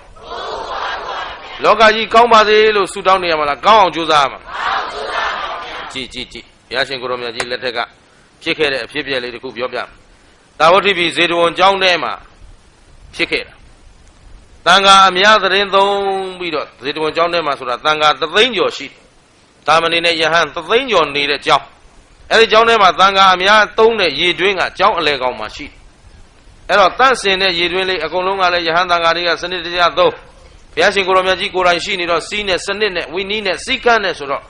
ရေတွင်းရေကန်ကိုတန်တန်ရှင်းရှင်းတတ်တတ်ရရနဲ့တောက်ရေကန်ဆိုပြီးတော့ထားတယ်အလဲကောင်မှာတောက်ရေတွင်းလေးတွင်းရှိတယ်အဲ့တော့အဲ့ဒီတွင်းထဲကိုတရက်ကြတော့ အမတန်မှယုံမာတဲ့မြေခွေးတကောင်ဘာတကောင်လဲမြေခွေးဆိုတာတော့အာလုံးဘုသူဒ္ဓရှိတဲ့လူတွေသိမှာပဲမြေခွေးကဘယ်တော့မှမကောင်းဘူးမြေခွေးဆိုတာမျိုးလိုက်ရိုးလိုက်ကိုပြက်နေတဲ့ကောင်းနေနော်အဲ့တော့မြေခွေးတကောင်ကအဲ့ဒီဇေတဝန်ကျောင်းအလဲကောင်လာတဲ့ပြီးတော့တောက်ရည်တွင်းတဲ့ကိုကျင်ကြီးကျင်ငယ်စွန့်ချပြီမလုပ်တယ်ရေတွင်းလာဖြစ်စီတယ်တန်ဃာသတင်းသုံးတဲ့တန်ဃာတွေအများသုံးတဲ့ရေတွင်းကိုဘာလို့လဲဖြစ်စီတယ်ဘယ်သူကလဲမြေခွေးငကိုကလေးကအကျင့်ပြက်နေတဲ့အမျိုးပေါ့ဗျာနော်အဲ့တော့ဒီပုဂ္ဂိုလ်ကအဲ့ဒီခွေးကဒီလိုဖြစ်စီတော့တန်ဃာတွေမှာတောက်ရည်ပျက်စီးသွားတယ်တောက်ရည်တွင်ပျက်စီးသွားတယ်ကျင်ကြီးတွေစွန့်ကျင်ငယ်တွေစွန့်ဆိုတော့နောက်ကိုရင်တွေကကျောင်းထဲမှာရှိတဲ့ယဟန်တွေကတော့သိခံနေတာဗောယဟန်တွေကတော့ယဟန်နာကြီးတွေကိလေသာဂုဏ်သူတွေများတော့ရောငါတို့ဝတ်ကြွေးမြန်ကြီးလိုက်တာဆိုစင်ချင်းနေကိုရင်ငယ်လေးတွေတာမရင်ငယ်လေးတွေဟာငါတို့ရည်တွင်းကိုဒီကောင်ဒီလိုလောက်ရသလားဆိုနောက်တစ်ခါလာပြီးတော့နောက်တစ်နေ့လာပြီးကျင်ကြီးကျင်ငယ်လဲစွန့်ရောဝိုင်းနေပြီးတော့ကဲနဲ့ပြည့်ဒုံနဲ့ပြည့်ဝိုင်းပြစ်ပြီးတော့ခြောက်လွတ်လိုက်တယ်နောက်ရည်တွင်းကိုရင်တွေစောင့်နေကြတယ်မြေခွေးလာတယ်ဆိုအကုန်ဒုံနဲ့ပြည့်ဒုံနဲ့ရိုက်ခဲနဲ့ပြည့်ဝိုင်း6လွတ်လိုက်တော့ဒီမြေခွေးနောက်ထပ်ဒီခြေတွင်းကိုမလာတော့ဟုတ်ပြီနော်အဲ့ဒါလက်တလုံးအဖြစ်ကလေးအဲ့ဒါလိုဖြစ်လိုက်တော့ဒီစကားဘုရားစီရောက်သွားတယ်ရေတွင်းကိုပြန်ဆယ်ရတာပေါ့လေအကုန်ပြန်ဆယ်တန်းရှင်းအောင်ပြန်လုပ်ပြီးရေတွင်းပြန်စီမံကြတော့ကျောင်းထဲမှာနည်းနည်းလေးအလုတ်ရှုပ်သွားတယ်အဲ့တော့ဘုရားရှိသတင်းပေါက်ကြားသွားတော့ဘုရားကဘာဖြစ်ကြလဲရှင်ဘုရားဒီလိုပဲတန်ခါအမြတ်အမွန်အမြတ်ထားတဲ့စင်ကြယ်သောတောက်ရည်တွင်ကျောင်းလေကောင်ကတွင်းကိုဗျာမြေခွေးတကောင်ပေါက်ရှာဗျာနော်အဲ့ဒါမှပေါက်ရှာနော်ပေါက်เสียရှာလို့ဒီထဲလာပေါက်ပါเสียရှာလို့ဟမ်ဘယ်ထဲလာရည်တွင်းနဲ့တန်ခါများတောက်နေတဲ့တောက်ရည်တွင်းကြီးလာပြီးတော့တင်ကြီးကျင်ငယ်လာစွန့်တယ်ဗျာစောစောကားအဲ့တော့ဒီမြေခွေးတွေလိုလှုပ်သွားတယ်ဆိုတော့ဩတဲ့မြေခွေးများဟာဟေးအခုမှမကောင်းတာမဟုတ်ဘူးဟာနော်မြေခွေးရပါလေအဲ့ဒီအကျင့်ပြတ်တဲ့ကောင်တွေဟာအဖြက်လုပ်ငန်းကိုပဲလုပ်တတ်တယ်ပါတယ်လေဘယ်လိုလူတွေလုပ်လဲအကျင့်ပြတ်တဲ့လူဟာအဖြက်လုပ်ငန်းပဲလုပ်တတ်တယ်တဲ့အကျိုးရှိတဲ့လုပ်ငန်းကိုမလုပ်တတ်ဘူးကွာအမျိုးကိုကအကျင့်ပြတ်နေတာရှင်းလားဘုရားကပြောလိုက်တော့ဘေးမှာပါဏတ်တဲ့ယဟန်တစ်ပါးကရှိတယ်ရှင်ဘုရားအခုမြေခွေးဖြတ်တာတော့တပည့်တော်သိပြီအရင်တော့ဟောသူတို့ဒီလိုပဲလုပ်ဘူးသလားရှင်ဘုရားပြောသလိုခုမှလုပ်တာမဟုတ်ဘူးဆိုတော့ငကိုလုပ်ဘူးပုံလေးတဲ့ဘုရားတပည့်တော်တို့ပြောပါအောင်ဘုရားဟောပါအောင်ဘုရားသွန်သင်ဆုံးမပါအောင်ဘုရားဘေးကပါဏတ်တဲ့ယဟန်ထပြီးတော့တရားတောင်းခုမေးကြည့်တယ်လေဒီမှာပဏ္ဏကလုံးမဲ့လူရှိလားဆိုတော့ပဏ္ဏကဘာမှတော့မသိဘူးဖြစ်နေအဲ့တော့မရှိဘူးဘုရားတဲ့ဒါပေမဲ့တရားတောင်းမဲ့လူရှိဘူးဘုရားဆိုတော့ထွေထူးတောင်းကြရမလို့ပါဘူးလူများစုလာပြီကဲအားလုံးဗျာတရားဟောကြားမဲ့ဆရာတော်ဓမ္မသနပလင်မောကြွရောက်လာပြီဖြစ်တဲ့အတွက်ကြွရောက်လာကြသောအားလုံးတော့သာသနာ့နွယ်ဝင်သူတော်စင်အပေါင်းတို့ခင်ဗျာဟုတ်လားတရဏဂုံ၃ပါးနဲ့တကွာအင်္ဂါ၈ပါးသောတိလတော်မြတ်ကိုခံယူစောင့်တည်ကြရအောင်ရိုသေစွာရှ िख ိုးကြောကြပါအောင်တို့ခင်ဗျာလို့တိုင်ပေးမဲ့လူတောင်ဗုဒ္ဓဘာသာနိုင်ငံမှာမရှိလို့ဘုန်းကြီးကကြောကြစုလို့ယူရသဘောပါလားရှင်းလားဆုပ်ယုံနေတဲ့အတိုင်းပြည်ကတော့ပြက်လူဖြစ်နေပြီဟမ်ဘယ်လိုလူတွေကဖြတ်မှာလဲအကျင့်ပြက်တဲ့လူကဖြတ်မှာမလေးဘယ်သူကဖြတ်မှာခုခင်ဗျားတို့အကျင့်ကောင်းမလားကိုယ့်ကိုမေးကိုလက်မထောင်နိုင်အောင်ငါမူသားမပြောဘူးသူများအသက်မတတ်ဘူးသူဥစ္စာမခိုးဘူးကိုအာမခံနိုင်မှပြောပါရှင်းလားအဲ့တော့ကြည့်မြေခွေးအဲ့ဒါလိုဖြတ်စည်းသွားတော့ဘုရားကအခုမှမဟုတ်ဘူးကွာဒီအမျိုးကငဘိုးရဲ့အကျင့်ပြတ်နေတဲ့အမျိုးဆိုတော့ဘေးကယဟန်ကတောင်းပန်တာနဲ့ဟောပါဦးဆိုတော့အေးဟုတ်ပြီ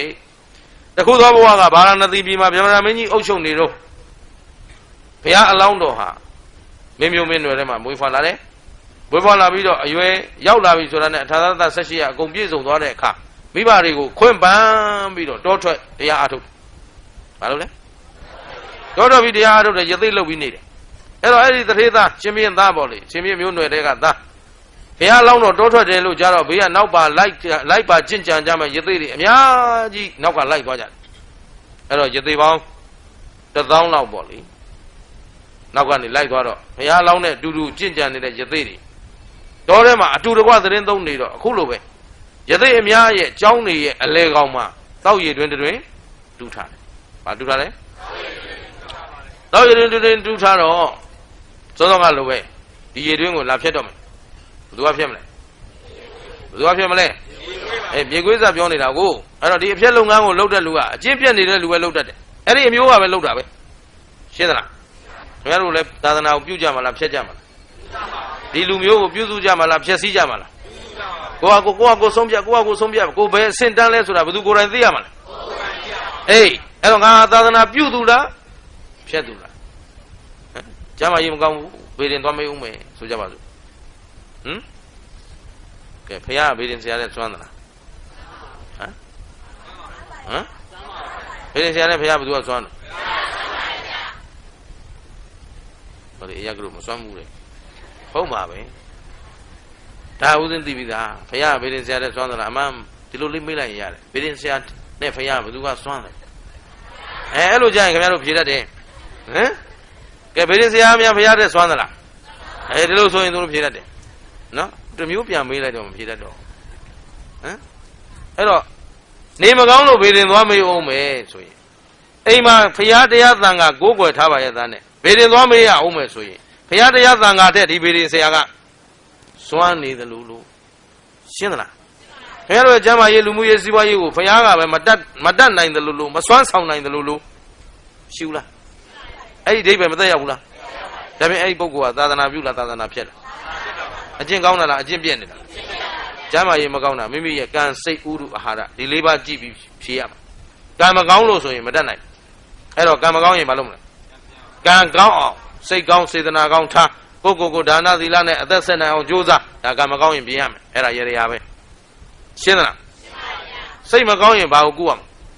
စိတ်ကိုကုရမှာစိတ်သောကအများကြီးဖြစ်နေတာဆိုစီစိတ်ငြိမ်းချမ်းရာရှာလိုက်ရင်ဒါမအေးချမ်းဘူးလား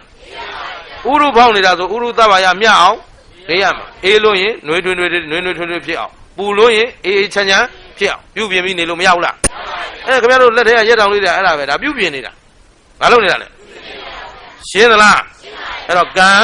စိတ်ဥရုအာဟာရကိုအာဟာရမိဝဲတာမမှန်ကန်လို့ရင်လည်းကျမ်းမာရေးမကောင်းတာမဖြစ်နိုင်ဘူးလားဒီလေးပါးရှိပါတယ်လို့ဘုရားဟောထားပြီးသားဒါပြင်လိုက်ပြီးတဲ့ဟာဘေဒင်ဆရာသွားမေးတယ်ဆိုရင်ဒါဘေဒင်ဆရာကဘုရားတဲ့စွမ်းနေလို့ပဲဖြစ်ရမယ်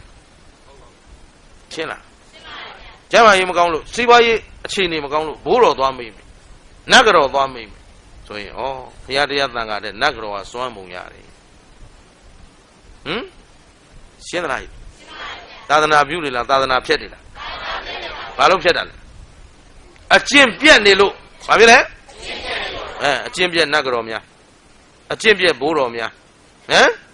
ရှုလားအကျင့်ပြက်နေလို့အချောင်သမားမို့လို့ကိုဘိုးတော်လှုပ်ရှားနေတာသူကဘာလှုပ်မှမလှုပ်ချင်တော့ဘိုးတော်ရောင်ရောင်ဓာတ်ရောင်ရောင်နဲ့လိန်စားတာသူကဖိုးတန်တီးတွေကြီးပဲရှင်းလားသဘောပေါက်သလားအဲ့တော့ခင်ဗျားတို့အကျင့်ပြက်တဲ့ထဲသွားမလားအဲ့တော့ဘုရားကပြောထားတာဘသူကိုဘသူအားကိုးရမလဲဝိဇ္ဇာစရဏတံပန္နောအဲ့ဒါတို့ဘုရားဒါဖြင့်ငါတို့ဘုရားတပည့်တွေဆိုရင်ဝိဇ္ဇာနဲ့လည်းပြည့်စုံရမယ်စရဏနဲ့လည်းပြည့်စုံရမယ်ရှင်းသလားအဲ့ဒါအခုရသေးတွေနေတဲ့အကြောင်းကိုမြင်ခွေးလာပြန်ပြီကျင်ကြီးကျင်ငယ်ဆွန့်ပြန်ပြီဆွန့်ချလိုက်တော့ရသေးတွေကဝိုင်းတယ်ပြီးတော့တခါတော့သူကရသေးတွေဖြစ်တဲ့အတွက်အဲ့ဒီမြေခွေးဝိုင်းဖမ်းတယ်မြေခွေးဘာလို့လဲဝိုင်းဖမ်းပြီးတော့မှတောက်ရည်တွင်းကိုဖျက်ဆီးရမလားဆိုဖမ်းကျိုးနဲ့ချီလာပြီးဘုရားအလောင်းရသေးကြီးပေါ့လေအဲ့ဒီမှာရသေးခေါင်းဆောင်စီကိုသွားပြီးတော့ပို့တယ်ရှင်ရသေးကြီးကျိုးတို့တောက်ရည်တွင်းမရှိတော့ဘူးအေးဘာဖြစ်သွားလို့လဲရသေးတဲ့ဟောဒီတောက်ရည်တွင်းတဲ့ဟောဒီမြေခွေးကလာပြီးကျင်ကြီးတွေကျင်ငယ်တွေဆွန့်ပစ်တယ်ဖျက်ဆီးပစ်တယ်ဒီမြေခွေးဘာလို့လဲရမလဲအားလုံးကဝိုင်းမေးတယ်သူတို့ဆရာစီသွားမေးတယ်ဘာလို့မှမလဲမသိဘူးသွားမေးတော့ဆရာကဒီနေရာမှာတော့ဆိုတဲ့မြေခွေးတတ်စီဆိုရင်အဲ့ဒီဆရာဘာဖြစ်သွားလဲဆရာကိုယ်တိုင်အကျင့်ပြက်ဖြစ်သွားဘာဖြစ်လဲသူများအသက်သတ်တဲ့အကျင့်ကိုကျင့်တာနဲ့သူများအသက်မသတ်တဲ့အကျင့်ကိုကျင့်တာဘယ်ရင်းကကောင်းလဲကိုယ်အသက်သတ်တာကြိုက်သလားအဲ့ဒါလေကျွန်တော်ပြောကြတယ်မလေးဒီလိုငါးဖမ်းနေတယ်ဘာဖြစ်လို့လဲငါးဖမ်းတော့ပိုက်ဆွဲกว่าဆွေရောမျိုးရောတတိုက်တစ်မြုံကြီးပါလာတာပိုက်ထဲမပါဘူးလားအမြုံလိုက်ပါလာခုလည်းခင်ဗျားတို့အမြုံလိုက်ကြွကုန်တာရှင်းလားတူသောအကျိုးအဲ့ဒါသတိထားအဲ့တော့သူတော်ကောင်းတို့သတိထားမှာငါတို့တို့တွေဘယ်လိုအကျင့်နေကျင့်မလဲဘုရားကဘာလို့ဆုံးမထားတယ်လဲဒါသိအောင်လုပ်ရမှာရှင်းသလား အဲ့တော့ရသေးကြီးကဘုရားလောင်းဖြစ်တဲ့အတွက်ဩအေးလာမြေခွေးလာဆိုမြေခွေးနဲ့ရသေးနဲ့စကားပြောတယ်မြေခွေးတဲ့အဲ့ဒီအခုငါတို့ရသေးများသုံးနေတဲ့တောက်ရည်တွင်းအထွတ်အမြတ်ထားတဲ့ရေကြီးတွင်းတွေကိုမင်းကျင်ငယ်စွန့်ချတော့မင်းအတွက်ဘာအကျိုးများသွားသလဲမေးတယ်ဟုတ်ပြီနော်ကျင်ငယ်စွန့်တာဘယ်မှာစွန့်မရဘူးလားကိုယ်ဘယ်ထဲမှာလာစွန့်တော့တောက်ရည်တွင်းထဲမှာလာစွန့်တာမင်းအတွက်များဘာများထူးခြားသွားလို့လဲကွယ်တဲ့မေးတယ်ဘာမထူးပါဘူးတဲ့ဒါပေမဲ့ကျင်ကြီးစွန့်တော့ဟောဘာထူးလဲဘာအကျိုးများလဲအဲ့တော့ကျင်ကြီးစွန့်စရာနေရာတွေအများကြီးမရှိဘူးလားရှိရတဲ့ဘယ်ထဲလာစွန့်ဒီယဟန်တန်ကယသိယဟန်တရေသုံးပြီးတော့အများသုံးတဲ့တောက်ရည်ကွင်းကိုမှဘာလို့လဲလာစွန့်တာမင်းဟာတဲ့အမတန်ဆိုးပါလားတဲ့ဘာကြောင့်ဒီလိုလုပ်တာလဲငါပြောစမ်းပါတဲ့ငါမမြင်နိုင်လို့အဲ့ဒီအကျိုးကျေးဇူးကိုငါမမြင်တတ်လို့ငါပြောစမ်းပါဘုရားလောင်းကမြေခွေးကိုမေးတယ်အဲ့တော့မြေခွေးဖြေတာလေးမှတ်ထားအရှင်ယသိကြီးတဲ့ကျုပ်ကိုဘာတွေမေးနေတာလဲအဲ့ဒီအများသုံးတဲ့ငေါ့ရည်တွင်းမှာ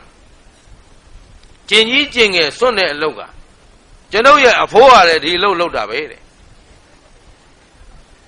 ပါတယ်အဖိုးကလည်းဒီလိုလုပ်တာပဲအဖွားကလည်းဒီလိုလုပ်တာအဖေလည်းဒီလိုလုပ်ခဲ့တာတဲ့အမေလည်းမျိုးရိုးလိုက်ကိုမကောင်းတာအစင်အဆက်ကိုမကောင်းတာရှင်းသလားသူကအကျင့်ပြက်မျိုးရိုးကဆင်းသက်လာတာဟုတ်ဗျာဘာဖြစ်တယ်သိကြတယ်နော်ကိုမျိုးကိုတော့ပြက်တဲ့ထဲမပါစေနဲ့ပေါ့ဗျာဟုတ်ပလားအဲ့ဒါမျိုးရိုးအလုံးတဲ့ကျုံမစွန့်နိုင်ဘူးတဲ့သူတို့ဒီလိုလုပ်တော့ကျုံလဲဒီလိုပဲလုပ်ရမှာပဲရှင်းသလားဒီတရားလေးနာကြပြီးခင်ဗျားတို့ရှေ့စဉ်းစားတတ်ရင်တော်ပါပြီတရားကောင်းစရင်ပါလဲအဖြတ်သမားမလာရအဲ့ဒါအိမ်မှာစာချိတ်ရမှာနော်ဟမ်ဘာလဲရှင်းသလားငါတို့အမျိုးကိုဖျက်နေတဲ့အဖြတ်သမားတွေမလာခဲ့နဲ့ငါတို့သာသနာကိုဖျက်နေတဲ့အဖြတ်သမားတွေမလာခဲ့နဲ့ရှင်းလားအဲ့ဒါပဲအဲ့ဒီတော့မြေခွေးပြန်ပြောလိုက်ပုံကဘိုးဘွားမိဘတွေအစဉ်ဆက်လှုပ်လာတဲ့အလုပ်မလို့ကျုပ်ကလည်းမျိုးရိုးဂုံတိတ်ကထိန်းတဲ့အနေနဲ့မလုပ်ရဘူးဒီအဖြစ်လုပ်ငန်းကိုပဲလုပ်ရမှာပဲတဲ့ဩအကျင့်ကောင်းလိုက်တာနော်ဟမ်မျိုးကောင်းပေါ့ဟုတ်လားဟမ်မြေခွေးမျိုးကပါလဲမျိုးကောင်းဟုတ်လားဟုတ်ပါဗျာဆွေပြက်မျိုးပြက်အကျင့်ပြက်ရှင်းလားဒါယုံမာတာနော်ရက်ဆက်တာကြမ်းတမ်းတာမကြောက်ပါဘူးသူမင်္ဂလာတို့ဘာကြောက်စရာကောင်းယုံမာတာယွန်စရာကောင်းကြောက်စရာကောင်းရှင်းလားခင်ဗျားတို့လည်းယုံမာသူတွေတော့မဖြစ်ကြစေနဲ့သာသနာပြုမှလားဖျက်မှလားအမျိုးကုံသိက္ခာကိုမြင့်တင်မှလားဖျက်ဆီးမှလားခုလောလောဆယ်တော့ဗမာတွေကဗမာပြက်တွေဖြစ်ကုန်ဟမ်တခိုးဗမာကြဘိုးဗမာအယက်သမားဗမာဘီယာသမားဗမာဘီလက်သမားဗမာရှင်းလားဒီတိုင်းပဲနေမလားပြုတ်မြင်ယူမလားမြေခွေးမျိုးတွေမဖြစ်စေနဲ့အဲ့တော့နောက်ကိုအဖြတ်သမားရှင်းလိုက်အဲ့ဒီမှာဘုရားလောင်းကဩဒီလိုလားတဲ့အဲ့တော့မင်းဒီတိုင်းပဲဆက်သွားမလားကွာတဲ့ပြုတ်ပြင်ယူပါတဲ့သူတော်ကောင်းသူများလောင်းတွေကိုပင်မအောင်ဆင်းရဲအောင်မနှိမ့်ဆက်ပါနဲ့ဟောယဟန်သံဃာတွေမနှိမ့်ဆက်ပါနဲ့ဆုံးမတော့ဒီမြေခွေးကဟာအဲ့ဒါကျုပ်လို့မဟုတ်ဘူးတဲ့ကျုပ်မျိုးရိုးအလုပ်ကဒီအလုပ်ကိုလုပ်အောင်အဲ့တော့အများသုံးတဲ့ပစ္စည်းကိုဖျက်ဆီးရမှာမြေခွေးတို့ရဲ့ဝတ္တရားတဲ့ရှင်းသလားအဲ့လေမြေခွေးကတော့ဘာလုပ်ပဲလုပ်မြေခွေးလုပ်ပဲလုပ်မှာပေါ့ဗါလဲခွေးကခွေးလိုပဲလုပ်တတ်တယ်ခွေးကျင်ပဲကျင်းတတ်တယ်ခွေးကြံပဲကျန်တတ်တယ်ခွေးမဖြစ်စေနဲ့နော်ရှင်းသလားမြေခွေးကဘာကျင့်မဲ့ကျင့်မြေခွေးကျင့်မဲ့ကျင့်တယ်ဘုရားလောင်းဆုံးမလို့မရတော့မှကဲယသိတွေအားလုံးဒီခွေးမဝင်နိုင်အောင်ကာကြရန်ကြစောင့်ကြောက်ကြမြေခွေးမင်းကိုလည်းနောင်ဒီနေရာမှာမမြင်ရစေနဲ့ငါအထူးသတိပေးလိုက်တယ်ဒီနေရာကိုငါတို့အဖြတ်သမားတွေမလာခဲ့နဲ့ဘုရားမောင်းထုတ်လိုက်တယ်ဘုရားလောင်းကမြေခွေးကိုသွားမောင်းထုတ်လိုက်တယ်နောက်ထပ်ဒီမြေခွေးဒီအနာကိုသီးကိုမသိရဲရှင်းသလားဒါဖြင့်အဖြတ်သမားများသည်ဘာဖြစ်လို့ဖြစ်စည်းကြတာ အကျင့်ပြက်နေလို့ဘာဖြစ်လဲအဲ့တော့ခမရတို့လည်းအဖြစ်သမားလုပ်ကြမလားပြုစုသူလုပ်ကြမလားရှင်းသလားအဲ့တော့မကောင်းတာကိုမကောင်းတဲ့အတိုင်းပဲကြည့်နေမလားကောင်းအောင်ပြုပြင်ယူမလားအဲ့တော့အကျင့်ပြက်အဖြစ်သမားများမလာနဲ့မဖြစ်စေနဲ့ရှင်းသလားအဲ့တော့မြေခွေးကတော့မျိုးရိုးကလေးကမကောင်းတာတဲ့ခုခင်ဗျားတို့ဟမ်ကောင်းတယ်လို့ဘာနဲ့သက်သေပြဘာနဲ့သက်သေပြမလဲအကျင့်နဲ့ဘာနဲ့သက်သေပြမလဲအောင်မလေးအရကတို့ရဲ့တရားဟောအကျိုးမနာမလို့ပါနဲ့ဘာနဲ့သက်သေပြမလဲဘယ်သူကိုယ်တိုင်ကျင့်ရမှာလဲမကောင်းတဲ့အကျင့်ကျင့်ရမှာလားကောင်းတဲ့အကျင့်ကျင့်ရမှာယုံမာတဲ့ကျင့်ရမှာလားသူတော်ကောင်းကျင့်ကျင့်ရမှာလားရှင်းသလားတရားပင်ကြီးဘာလို့ခါသွားအမြင့်တွေခင်ဗျားတို့သာသနာလဲအမြင့်တွေဝင်တွေ့ထားတဲ့ဘိုးတော်ကတွေ့လိုက်ဘွားတော်ကတွေ့လိုက်နတ်ကတော်ကတွေ့လိုက်မေရင်ဆရာကတွေ့လိုက်ခါကုန်ပြီသေသီးကရှင်းသလားဒီတိုင်းပဲထားမလားရအောင်ပြုပြင်ပြီမလားခါတဲ့ပင်အကုန်လဲရှင်းသလားအကျင့်ပြက်တွေမလာနဲ့အဖြက်သမားတွေမလာနဲ့အဖြက်သမားအလိုမရှိရှင်းသလားသာသနာဖြက်စည်းသူတွေအလိုမရှိရှင်းသလားဘယ်သူကိုယ်တိုင်ကြိုးစားမယ်အမျိုးယုံမြေခွေးမျိုးမဖြစ်စေနဲ့ရှင်းတတ်ကြလားအဲ့တော့ဘုရားကုံတော်တွေမှာနောက်ထပ်ပြောစရာတွေရှိသေးတယ်ဝိဇာသရဏသမ္မနောဒုက္ခတော်လောကဝိတုဆိုတာတွေမရှိဘူးလားအဲ့ဒါတွေတစ်ခုချင်းလေးလာပြီးတော့ငါတို့ဘုရားဟာဒီလိုဂုဏ်ကျေးဇူးရှိတဲ့အတွက်ငါတို့လည်းဒီလိုကျေးဇူးရှိအောင်ကြိုးစားမယ်ဘုရားဟာအသိနဲ့အကျင့်နဲ့ပြည့်စုံသူဖြစ်တဲ့အတွက်ငါတို့ဒီလည်းအသိနဲ့အကျင့်ပြည့်စုံသူတွေဖြစ်ရမယ်အကျင့်ပြက်အဖြစ်သမားမဖြစ်စေနဲ့အဲ့တော့အိမ်မှာခေါင်းစဉ်ထိုးလိုက်ဗါလဲဖြစ်သမားမလာရနေ့တိုင်းတတိထားဝရိယဆိုင်ပညာနဲ့စောင့်ကြည့်ကိုယ်တိုင်လည်းပြည့်စည်သူမဖြစ်စေကိုယ်လည်းမဖြစ်စည်းပါနဲ့သူတစ်ပါးကိုလည်းပြည့်စည်ပါနဲ့အဲ့တော့ဘသူကိုဘသူစောင့်ရှောက်ရှင်းသလားအဲ့တော့တကယ်တရားတိုင်းကြည့်ရင်ခင်ဗျားတို့ခန္ဓာခင်ဗျားတို့ပိုင်သလားစည်းစိမ်ဥစ္စာရောပိုင်သလားမပိုင်တဲ့ခန္ဓာမပိုင်တဲ့စည်းစိမ်တွေနဲ့အကုသိုလ်ဖြစ်ခံမလားအကျင့်ပြတ်တဲ့အလုပ်ကိုလုပ်ကြမလားဒီနေ့ကစပြီးဘသူအဆုံးမတိုင်းနေမလဲအဲ့တော့တရားအစမှမေးခဲ့ပါတယ်ငါတို့ဟာဗုဒ္ဓဘာသာအစ်စ်ဖြစ်ပလားတစ်ချက်ကိုမေးပါဒုတိယတစ်ချက်ကငါတို့ဖျားကြော့ဓာတ်ပြီလားဟုတ်ပြီလားဆိုတာတဲ့ကိုမေးငါဖျားကြော့ဘူးပြီလားလို့မေးဘယ်လိုမေးမလဲအားလုံးကြောင်းပြောပြမယ်ငါဖျားကြော့ဘူးပြီလားအဲ့ဒါမေးရှင်းသလားဗုဒ္ဓဘာသာတွေလို့ဆိုတဲ့ငါတို့ရွာကိုဥဒုမင်္ဂလာကလာပြီးမေးသွားတယ်ကွာဗါတဲ့လေဖျားကြော့ဘူးပြီလားရှင်းသလားဘုရားရဲ့ဂုဏ်ကျေးဇူးကိုမြင်ပြီးတော့တခါလေမိမိကိုယ်တိုင်အဲ့ဒီကျေးဇူးကိုခံစားရတဲ့စိတ်ကလေးနဲ့ကြော့မှဘာကြော့တယ်မိလဲအဲ့ဒီလိုဘုရားကြော့နီးမျိုးကြော့ဘူးပြီလားလို့80ကျော်ကြီးတွေ90ကျော်ကြီးတွေ80ကျော်ကြီးတွေမေးကြရှင်းသလားငါတို့ကရုပ်ပွားဆင်းထုလောက်ပဲကြော့တတ်သူလားဘုရားကြော့တတ်သူလားဆိုတာမေးပါ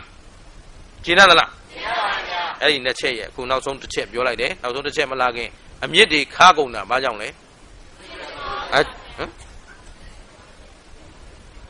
အမြင့်တွေခါကုန်တာအမြင့်ချင်းရှက်ကုန်လို့တရက်ပြင်းအမြင့်နဲ့ခါရတဲ့အပင်မြင့်တွေရှက်ကုန်တော့အသီးတွေပါခါကုန်အဲ့တော့ခါသီးတဲ့ငါတို့အတွေ့အကြုံတွေရကြတာသည်အမြင့်တွေရှက်နေလို့အဲ့တော့အမှုမဲ့အမှတ်မဲ့ထားရမလားအန္တရာယ်ကင်းအောင်ရှင်းရမလားအလိုလိုရှင်းသွားမလားရှင်းထုတ်လိုက်မှရှင်းမလားရှင်းသလားအဲ့တော့ဒီမှာအဖြစ်သမားမြေခွေးကိုရသေးတွေလက်ခံသလားယဟန်တွေကရောလက်ခံသလားယသိယဟန်တွေလက်မခံသလိုငါတို့သာသနာဖြည့်စည်းသူများကိုလည်းငါတို့ရှင်းသလားသဘောပေါက်သလားအကျင့်ပြက်ကိုလည်းလက်မခံနဲ့ကိုယ်တိုင်လည်းအကျင့်မပြက်စေနဲ့ရှင်းတတ်ကြလားအဲ့တော့မပိုင်တဲ့ခန္ဓာကိုယ်ကြီးအတွက်နဲ့လွဲမှားတဲ့အလုပ်လုပ်ကြမလားမှန်တဲ့အလုပ်လုပ်ကြမလားမကောင်းတဲ့အလုပ်လုပ်မလားကောင်းတဲ့အလုပ်လုပ်မလားအားလုံးသဘောပေါက်တယ်နော်လူပြည့်ခိုက်မှာလူပြည့်မရှုံးကြစေနဲ့ရှင်းသလားခုခင်ဗျားတို့သေရွာပြန်နေဘာတွေလဲမသေးလို့တွေ့ရတာနော်အဲ့တော့မသေးလို့နေရတဲ့ခဏကလေးမှာတကယ်လို့သာသေသွားရင်ငါတို့ရောက်သွားတာသေကြပြီဟင်နာဂစ်တုံးကပါသွားရင်ခင်ဗျားတို့ကျတို့ဘယ်ရောက်ကုန်မလဲအခုဒဲအိုးမရောက်သေးတဲ့လူတွေလွတ်အောင်ယုံရှင်းသလား ဒီပုံစံဒီအနေထားဒီအကျင့်တိုင်းသိရင်တော့ဟိုရှေ့ရလူတွေသွားတဲ့နေရာရောက်မှာပဲဟဲ့နာကင်းနဲ့သိသွားသူတွေဘယ်ရောက်ကုန်ကြမလဲတဲဦးမယ်ဟိုကလမ်းပြီးတော့អော်ပါတယ်တပည့်တော်တို့အကုန်လုံးတဲဦးမယ်ဗျာလောဘဇောဒေါသဇောတွေနဲ့သိသွားတာဟုတ်ရှင်းသလားဟဲ့အဲ့တော့သူတို့တော့တဲဦးရောက်ကုန်ပြီတို့လည်းလိုက်ကြအောင်စို့လိုက်မလားအဲ့တော့မျိုးလိုက်ရိုးလိုက်ပဲဒီတိုင်းသွားကြမလားကောင်းအောင်ပြင်ကြမလားသတိထားဝရိယဆိုင်ပညာနဲ့ကြည့်တို့ရှိတာခန္ဓာဘယ်နှပါးမြဲသလားမမြဲဘူးလားဘာသစ္စာလဲပိုင်သလားမပိုင်ဘူးလားအဲ့တော့ဒီဒုက္ခသစ္စာကြီးအတွက်အကုသိုလ်လုပ်ကြအောင်မလားမလုပ်တော့ဘူးဆိုတော့ခန္ဓာကဘာသစ္စာသိတဲ့ဉာဏ်ကဘယ်ကသစ္စာလာရင်ဒီဘက်ကအကျင့်ပြတ်တဲ့အဖြစ်အလုပ်တွေလုပ်ပါအောင်မလားမလုပ်ရင်သေတာကသမုဒိယသစ္စာသိမှတော့နောက်ခန္ဓာလာအောင်မလားနောက်ခန္ဓာမလာတာကသစ္စာဘယ်နှချက်ကဲဟေးကဲသို့သစ္စာ၄ချက်တစ်ပြိုင်တည်းကြိုက်မှသာလျင်တန်တရားဝတ်တွင်းကလွတ်ကင်းနိုင်မှာဖြစ်တဲ့အတွက်အကျင့်ပြက်အဖြစ်လုပ်ငန်းတွေကိုစွန့်လွတ်ပြီးတော့သာသနာနဲ့တွေ့ကြိုးနှက်အောင်ကြိုးစားကြပါစို့လို့တိုက်တွန်းရင်းနဲ့အဖြစ်သမားမလာယဒေသနာဏိဂုံးချုပ်ကြစို့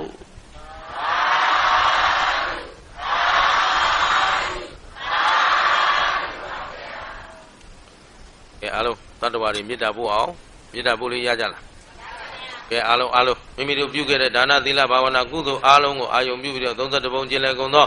ဒုက္ခိတဒုက္ခိတသတ္တဝါအပေါင်းတို့ဟာမေတ္တာလွှမ်းခြုံပြီးမေတ္တာဘာဝနာပွားများပို့သကြရအောင်ဆိုလိုက်လုံးစုံများစွာ